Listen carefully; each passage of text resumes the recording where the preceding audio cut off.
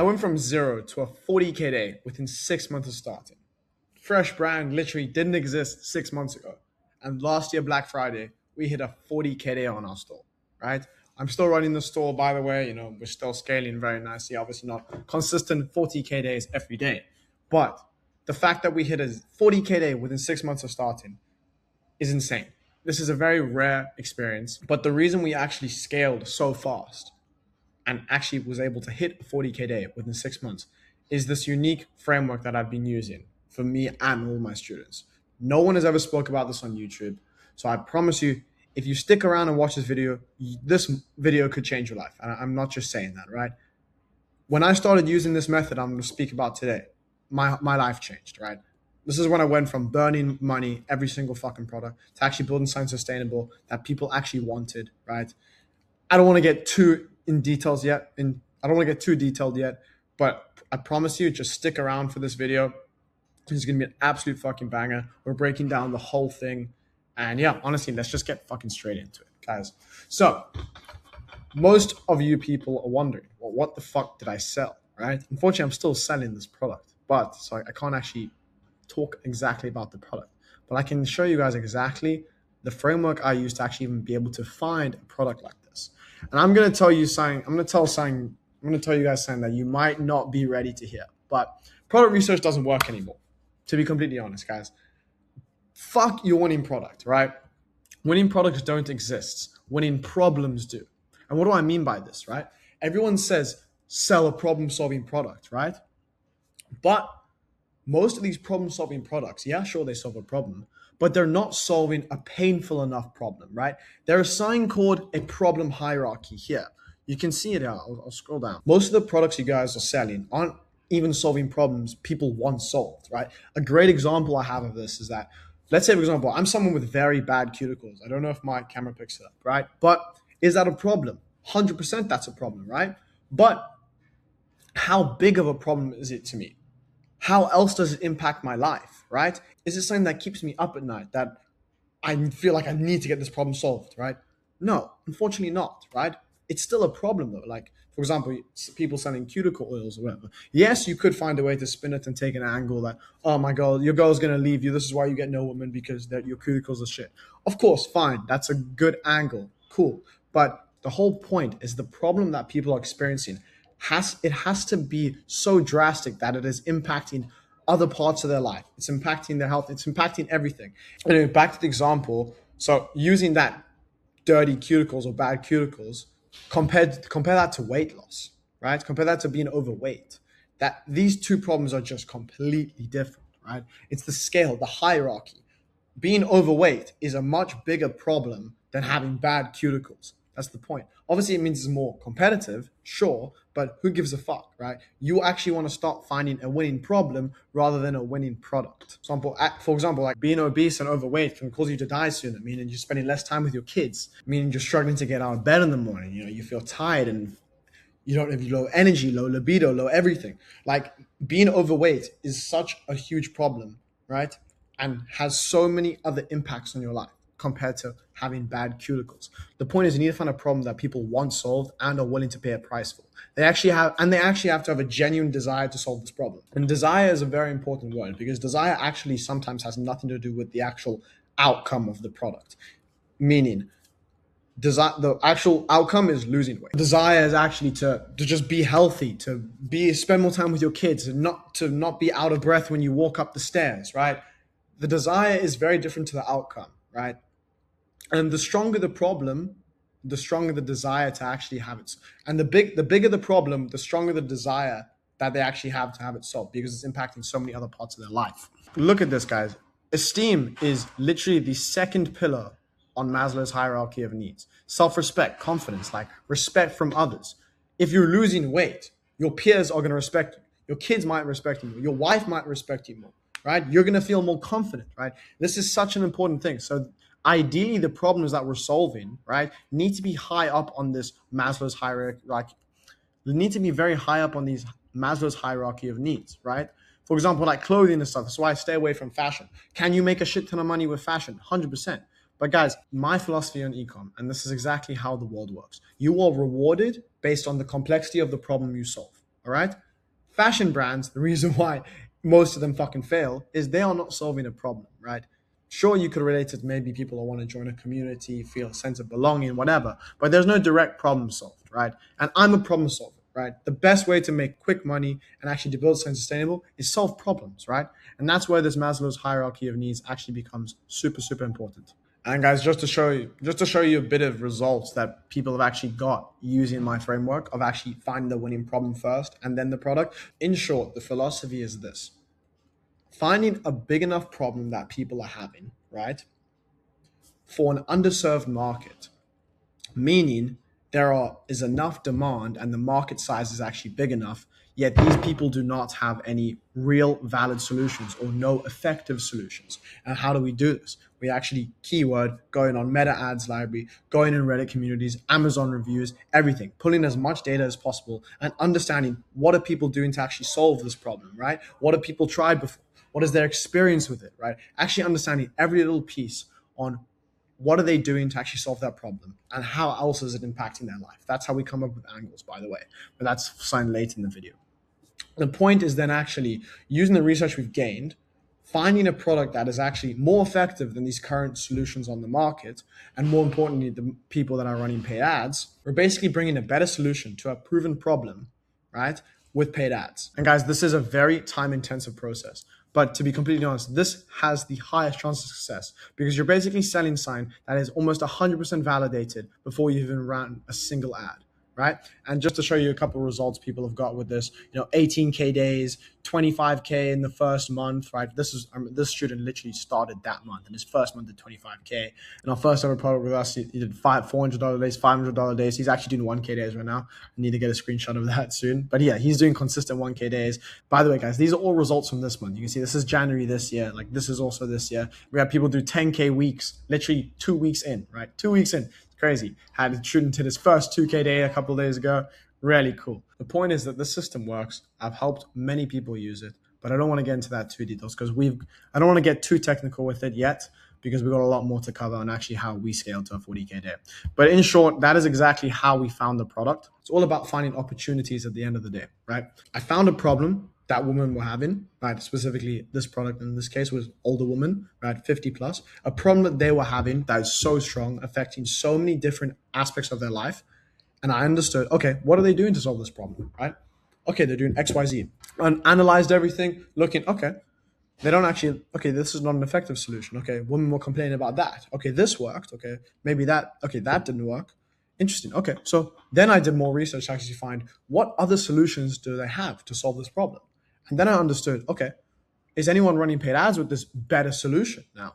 And I realized, no one is running paid ads with this. And this is honestly what's going to happen most of the time. When you spend so much time researching the problem, you're usually going to have one or two. I think I have it in one of these things. Yeah, there we go. So we'll move to this part now. Your approach usually will end up with one or two things, right? Most of the time, these opportunities we find literally have literal zero competitors. More so like no direct competition. For example, you will have people solving the same problem as you, but in a less effective way, right? So a lot of the ads we can shit on our competitors and everything, which is pretty good to be. You literally will have zero direct competitors, like with this approach. You'll have a couple indirect competitors, meaning that people solving this similar problem to you, similar angles and stuff, but that's fine. It also just means that our market is validated, right? Now we're bringing something better into the market, right? People actually are open to solutions because that's something you need to research a lot as well. How open is your avatars and your demographic and your market, obviously? How open are they to testing new solutions, right? How many things have they tried? How much money is the average consumer spent on actually trying to fix this problem? And yeah, as I said, the second approach is usually people are solving the similar problem to you. So it's usually you're going to have one of these two things. But the whole point is we're looking for blue ocean opportunities. A big enough problem people have with little working solutions. Now we understand using our market research, who this problem affects, how does it affect their life, what have they tried, what didn't work, how open are to new things. Like these are all incredibly, incredibly important things. Like a lot of people just, when they research, oh, this looks cool. Yeah, let's do a little market research for 2 minutes. See, okay, cool. Yeah, seems nice. Let's fill in our foundational brand documents and let's script some ads with Claude and just test it and hope for the best, right? Unfortunately, this isn't the approach. Or even worse, people just calculate a rip. which is very outdated by now if you haven't figured.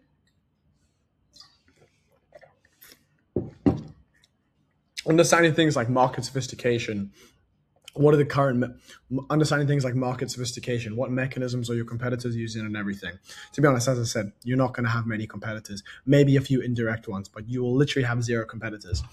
This is how we validate the problem and then obviously attach a product. And it's fucking completely validated before we even launch an ad, right? This is how you have the highest chance of success because you're actually solving problems people want solved. And you're actually giving them a better product to solve that problem. The next thing is like once we actually found the problem and then attach the product to that, you might underestimate how much you still really have to test. Okay. Not to be confused as I wrote here with testing the product, testing ads. Okay. For me, the best way to actually test ads quickly, test multiple angles, multiple avatars, formats, everything is static ads. Okay. Static ads are just the easiest way to get volume done. And don't confuse this with just spam testing, right? It needs to be high intent and high volume, right? Those two things are the things that are actually going to drive your performance. But the point is that you need to be actually angle and format maxing. I'll get into this later, but we'll explain that though. So basically, once you've actually found your stuff, you've got your deep research, everything, what you need to do is actually pick 2 to 3 avatars, right? These avatars need to actually have enough money to solve the problem that they want solved. They have to ideally have tried a couple problems. They ideally have to have tried a couple solutions before. So you can actually explain why XYZ solution didn't work and why this works, right? And it has to be a big enough audience, right? Guys, you really don't want to be in the middle. You either want to go super broad or super niche. You don't pick these things in the middle because you just get stuck in it's like a rock and a hard place, I guess, if that's a decent enough analogy. The point is like these avatars can take you to, 50, 60K a month, whatever, but then it gets stuck. Right. You should always be testing in new avatars and everything regardless. But anyway, back to this. Once you've got your avatars, you should pick at least 3 to 5 angles, right? And then 2 to 3 formats to start out for each angle, like avatar callouts, before and after transformations, customer testimonials. Us versus them comparisons are very important if you're solving quite a specific problem that people have tried many times before. People are going to be skeptical to actually try something new. Like this is also... Some people are going to be skeptical to try something new. So really explaining why what they've tried didn't work is really going to actually just boost your performance a lot more. You should definitely try native ads, specific pain point ads as well, like calling out an exact pain point that they're having. And this is all things you find through market research, Reddit mining, etc. And the very important part is congruent landing pages. I see so many people test landing pages that literally just fucking make no sense, right? Your ad landing page should literally almost be like an expansion of your ad. I see a lot of people just running static ads to a basic product page, which is, by the way, fucking stupid. I would never do that. The actual person, your customer does not have enough information to make an actual educated purchase just from a basic static ad straight to a product page. You need to actually warm up the traffic a bit more. So this is where you should do things like a listicle advertorial. I've been running something I like to call like a hybrid. So it's almost like a listicle, but in an advertorial format. So you still have your 7 reasons why I blah, blah, blah, whatever. And then you actually have it in a listicle type format written by a person already. Then you still have it in your advertorial format, kind of like it's a blog post, an article, whatever. And it still feels like someone actually has wrote it. Someone is speaking to you rather than a brand. This is how I get 7-8% conversion rate some days with these types of landing pages because they're just so strong and more importantly, so congruent to the ad they're seeing. We'll get into the actual testing structure down here soon. But the point is that you need to just see what gets spent and buy an intent and double down on it. The point is that when you are running ads, you are buying data at the end of the day, right? This is why I'm not a fan of just spam testing products because as soon as you kill the product, you lose the data that you literally bought. So you bought the data for nothing, right? That's my problem. That's why I prefer to take a more branded approach and actually getting data, optimizing it, and continuing further. Point is, once you've actually found an angle that is getting spent, once you've actually found an angle on a specific credit that is getting spent, whether hopefully it's profitable or it's just getting very strong buying intent, what Meta is telling you is they want to see more of it. Like, why else is it getting the spend, right? Sometimes these ads that are sometimes angles and everything that are getting the spend, right? They're getting spent because the angle is good, but it's not converting because the creative isn't good, if that makes sense. So now you actually have to double down, understand exactly what part of that ad, what part of the, why is the angle getting spent? Why is the ad actually getting spent? What part of it is this? If it's a static ad, is it the exact avatar call out? Is it the call to action we have on it? Like, what is it? You have to actually understand this properly. And this is, ladies and gentlemen, this is what we call learnings. Okay. Learnings is a very, very, very important thing, right? I would rather you test less volume of ads and just do more learnings on each ad. So, and I promise you that will change your life. Drop the quantity down a little and just make sure you're processing learnings, right? And the thing is, you guys are like, how the fuck do I process learnings? I don't understand it, right? So I've made this nice and easy for you as well. If you're doing videos, I'm not sure if you're familiar. I'm sure you guys are familiar with Gemini. And why I love Gemini is because it's the only AI that can actually read video file formats. So what I've done is I've built, I don't know how many pages it is, but it's a very long prompt that you will put into Gemini and put your ad there, and it will basically process learnings for you, breaking it down exactly into section by section, everything on text on screen, everything, exactly why it might be performing. And then what you do is you're going to take that brief it's given you and you're going to put it into your main Claude project for your brand. And actually you're going to use that to process learnings as well. Now you start to understand, okay, maybe it was this part of it. And honestly, just like sit down, watch your ad back again. Okay, read it. Just sit down and watch your ad again. Okay. Okay, yeah, that was good. That got me hooked. Like literally sit down and gaslight yourself and literally sit down and almost gaslight yourself and put yourself in your customer's shoes. Like literally pretend you're a 45-year-old woman with kids in the background screaming or whatever, right? But anyway, so if you want access to that prompt, it's probably way too much sauce to give out for free, but fuck it. Just message me on IG and I'll message you the prompt. But yeah, now we kind of go into the actual way to build ads and scale them. Right? Most of you don't know how to fucking scale. Like it is ridiculous. People don't know how to actually read their data. People don't actually know how to read their data. And that's the thing. I see a lot of people that they get a bit of traction, maybe they're doing a couple $100 a day and everything just seems to die. Why? Because you don't understand your data.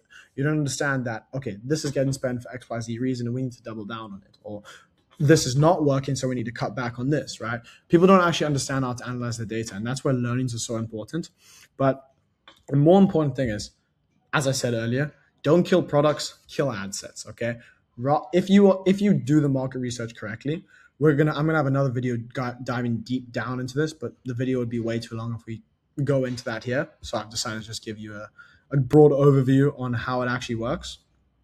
But anyway, the point is that as soon as you kill a prod, literally you waste the money.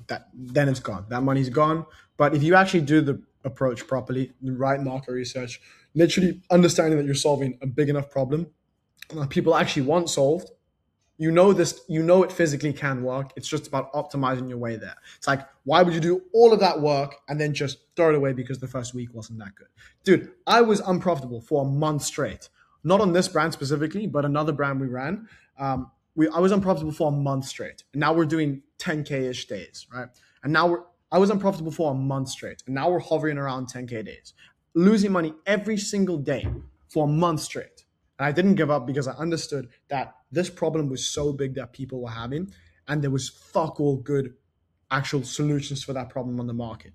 So I just kept doubling down on what was working. I cut the bad ads and I just fucking scaled the fuck out of the brand. But anyway, that's a video for another day. Now, the testing structure I like to use, right? It is changing a little bit, but I think if you want one solid framework that is good enough, it's just a basic one broad CBO, right, for testing and scaling. You can do ABO testing. The actual testing framework does not really matter. Testing frameworks are not going to save ads, but they will amplify good ads, if you know what I mean. So for your daily budget, if you're doing a one CBO setup, I would at least 2x your selling price. So if you're selling for $50, at least have your daily budget at $100. And in your CBO, basically you're going to use something called a DCT method. Okay, DCT works like this. You have one CBO for testing and scaling, right? Everything happens in one campaign, so we can consolidate the data in just to one campaign, right? How this works is we have one ad set per concept, and per concept we have 3 variations, and per concept as well, we have 2 primary texts and 2 headlines, right? And this is called the 3-2-2 method. So basically, I'll draw it out for you guys here. So we have CBO, ad set 1, ad set 2, or ad set 3. I recommend testing a lot more than 3 concepts, but then we have 3 variations per concept. Okay, if I can't draw for shit. And then you have 2 headlines and 2 primary texts for each ad. Basically, what Meta will do, when you upload the ads, you will just put the 2 primary texts and 2 headlines for each of the creatives, exactly the same. And basically, Meta will just decide which primary text and which headline it's gonna choose for each ad. And you basically just let the algorithm do its thing. And that's basically the exact testing structure we use. And then you have what I like to do is a champions ad set. So can't fucking draw, but anyway, this is your champions ad set. And what you do is when these ads are actually scaling profitably and they're getting a good budget, they've spent a couple $100 or $1,000, whatever, and they're profitable, you will take the post ID from it. You'll click on the ad, click preview, and go to the link. When you click open Facebook post with comments, you're gonna see in the thing, you're gonna see a string of numbers in the URL. Copy that. That is your post ID, and you will go to the champions ad set. Click use existing post, paste in your post ID, and now you have an ad set with your winners, right? And then also what I have a page testing ad set, right? And what this does is you also, with your winners, what you can do is if you want to test a new landing page with your winning ad, instead of just making a new ad, you use the post ID and edit the website destination to a new landing page. And basically why we do this is that rather than split testing with split base or whatever, this is the easiest way to actually test a landing page, because all you need to know is if this ad with the new if our winning ad with the new landing page is taking spend away from our top winning ad with the old landing page, we know this is a good landing page at the end of the day, and then we can use it to actually test on our new iterations of our top winning ad or something. So it's a great way to actually test pages, in my opinion. It's quick, cheap. You don't have to fucking pay for any stupid split testing software. It's literally just if this is taking spend away, or if it's more profitable than the other one, we know that this is actually our winning ad. And then you take the post ID from that, and actually you can either edit you can actually just edit it on the champions ad set, or you can either just edit it on the champions ad set or throw this ad as well into the champions ad set. But yeah, that's basically that's basically the framework we use. But more important is actually reading the data. So when do we actually increase our budget? When do we actually decrease budget? Whatever, right? I like to look at things on 3 different time metrics, okay? 3-day, 7-day, and 14-day, right? You need to look at things on a larger time span.